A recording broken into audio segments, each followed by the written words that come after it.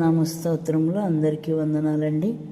ఈ ఉదయకాలం మనము యెషయా గ్రంథం 26వ అధ్యాయం 3వ వచనం చదువుకుందాం. ఎవని మనస్సు నీ మీద ఆనుకునునో వానిని నీవు పూర్ణ శాంతి గలవానిగా కాపాడుదువు. ఏలయనగా అతడు నీ యందు విశ్వాసముంచి ఉన్నాడు.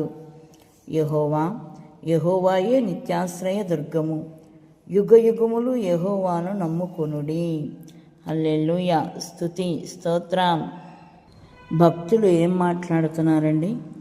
ఎవని మనస్సు నీ మీద ఆనుకునునో వానిని నీవు పూర్ణ శాంతి గలవానిగా కాపాడుదువు అని వాక్యం సెలవిస్తుంది. దేవుని మీద మనం ఆనుకునే వారముగా ఉండాలి.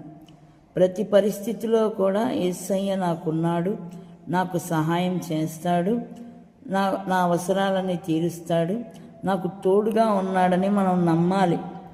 నమ్ముట నీ వలన అయితే నమ్మువానికి సమస్తము సాధ్యమని వాక్యం సెలవిస్తుంది. ఎవని మనస్సు నీ మీద ఆనుకొనునో వానిని నీవు పూర్ణ శాంతి గలవానిగా కాపాడుదువు. శాంతి, సమాధానం, నెమ్మది, ఆనందం, సంతోషం ఎక్కడ ఉంటుందయ్యా అంటే పరిశుద్ధ గ్రంథంలో మనం వాక్యం చదివినప్పుడు శాంతి మనకు కలుగుతుంది. వాక్యము విన్నప్పుడు, వినుట వలన విశ్వాసం కలుగుతుంది అని వాక్యం సెలవిస్తుంది. వాక్యం విన్నప్పుడు మనకి నెమ్మది కలుగుతుంది. పూర్ణ శాంతి గలవానిగా మనల్ని దేవుడు కాపాడుతూ ఉంటాడు. ఎప్పుడు? ఆయన మీద మనం ఆనుకోవాలి, ఆధారపడాలి. యెహోవాయే నాకు నిత్యాశ్రయ దుర్గము అని వాక్యం సెలవిస్తుంది. యుగయుగములు యెహోవాను నమ్ముకొనుడి. ఎవరిని నమ్ముకోవాలంట? మనం దేవుణ్ణి నమ్మాలి.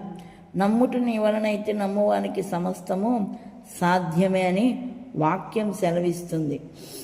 మనం ఆయన మీద ఆనుకోవాలి.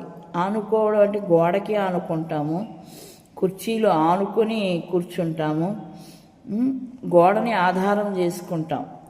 యేసుక్రీస్తుని మనం ఆధారం చేసుకోవాలి. మనకున్న బాధ, మనకున్న ఇబ్బంది, మనకున్న ఇరుకును బట్టి దేవుడు నాకు సహాయం చేస్తాడు. అన్నీ బాగున్నప్పుడు చాలామంది దేవుని గురించి గొప్పగా సాక్ష్యం చెప్తూ ఉంటారు. మాకు దేవుడు ఈమెయిల్ చేశాడండి, మాకు దేవుడు ఆ మెయిల్ చేశాడండి, దేవుడు మాకు తోడుగా ఉన్నాడండి, దేవుడు మమ్మల్ని కాపాడాడండి అని చెప్పడం తప్పు అని నేను అనట్లేదు. కానీ బాధ కలిగినప్పుడు, ఇరుకు వచ్చినప్పుడు, ఇబ్బంది కలిగినప్పుడు, వ్యాధి కలిగినప్పుడు, శోధన మన మీదకు వచ్చినప్పుడు చెప్పగలిగే వారముగా